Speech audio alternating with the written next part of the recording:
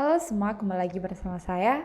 Pada kesempatan kali ini kita akan membahas tentang materi normalisasi.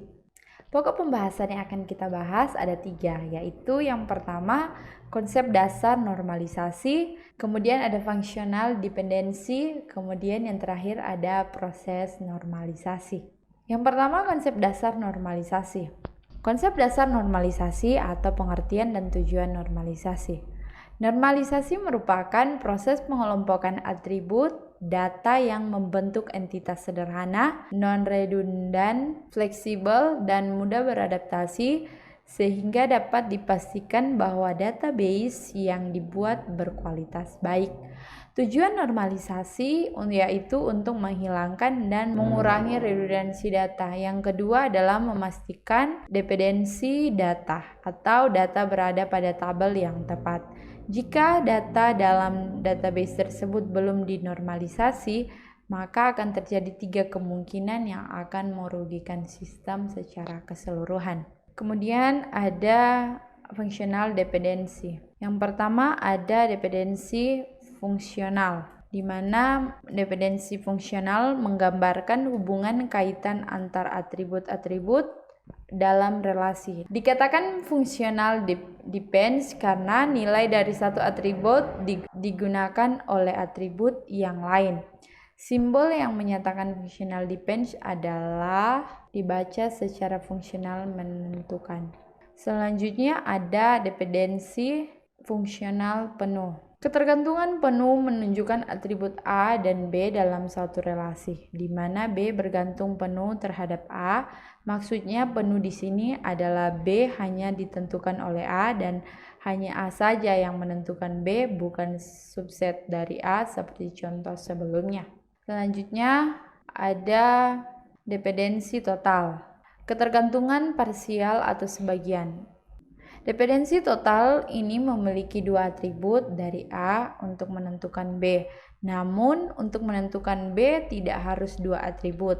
Artinya, jika salah satu atribut A yang menentukan B dapat dihilangkan, namun tidak merubah arti relasi dan masih tetap berelasi ketergantungan. Kemudian yang terakhir ada dependensi transif. Dependensi transif biasanya terjadi pada tabel hasil relasi atau kondisi di mana terdapat 3 atribut A, B, dan C. Kondisinya adalah A ke B dan B ke C. Maka C dikatakan sebagai dependensi transif terhadap A melalui B. Contohnya seperti berikut. Yang pertama contoh dari dependensi fungsional. Ketergantungan pada tabel di atas adalah NIM mahasiswa. NIM nama mahasiswa. NIM menentukan nama mahasiswa karena NIM yang sama menunjukkan nama mahasiswa yang sama. Karena kalau hanya NIM satu saja, NIM tidak dapat memiliki 2 nilai. Jika mata kuliah saja juga terdapat banyak nilai, oleh karena itu kita menggunakan mata kuliah dan NIM untuk menentukan nilai huruf. Selanjutnya ini contoh yang kedua atau dependensi total, dependensi fungsional penuh maksud saya. Itu dikatakan full dependensi kalau hanya A yang menentukan B, dalam hal ini adalah NIM ke ID ruang. Jika nama dan NIM yang menentukan sebagai full dependensi. Selanjutnya ada dependensi total. Contoh dari dependensi total, ketergantungan sebagian NIM nama ke ID ruang, di mana jika nama dihilangkan maka ketergantungan tetap ada.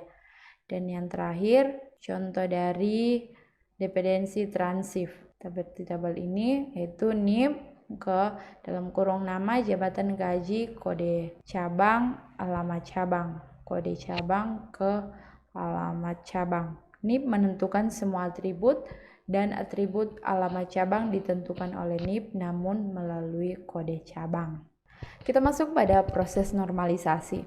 Normalisasi merupakan sebuah teknik dalam logical design sebuah basis data yang mengelompokkan atribut dari suatu relasi sehingga membentuk struktur relasi yang baik tanpa redundansi.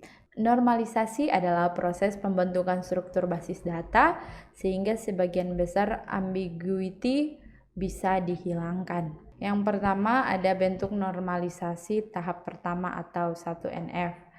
Bentuk normal yang pertama atau 1NF mensyaratkan beberapa kondisi dalam sebuah database. Berikut adalah fungsi dari bentuk normal pertama ini.